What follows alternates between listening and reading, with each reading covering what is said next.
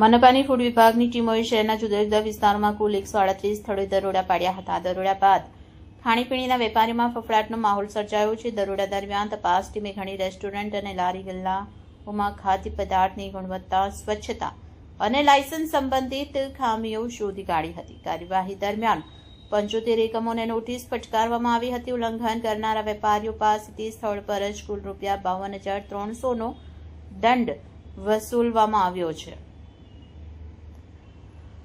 મનપા અધિકારીઓએ જણાવ્યું કે ખોરાકની ગુણવત્તા અને સ્વચ્છતાના નિયમોનું ઉલ્લંઘન કરનારાઓ સામે આ પ્રકારની કાર્યવાહી આગળ પણ ચાલુ રાખવામાં આવશે. રાજ્ય સરકારના સ્પષ્ટ આદેશ બાદ સુરત મનપા એક્શન મોડમાં આવી ગઈ છે. ગ્રાહકોના સ્વાસ્થ્ય સાથે રમત કરનારા અને નકલી કે મળાવટ કરેલા ખાદ્ય પદાર્થોનું વેચાણ કરનારાઓ સામે આ કડક કાર્યવાહી કરવામાં આવી રહી છે. મનપાનું કહેવું છે કે લોકોના સ્વાસ્થ્ય સાથે કોઈપણ પ્રકારનું સમાધાન કરવામાં નહીં આવે. મનપા અધિકારીઓએ જણાવ્યું કે આ ઝુંબેશ આગામી દિવસોમાં વધુ તીવ્ર બનાવવામાં આવશે. શહેરના તમામ વોર્ડમાં અલગ અલગ ટીમો બનાવીને સતત ચેકિંગ ચાલુ રાખવામાં આવશે. જે વેપારીઓ નિયમોનો ભંગ કરતા જણાશે તેમની વિરુદ્ધ કાયદેસરની કાર્યવાહી કરવામાં આવશે.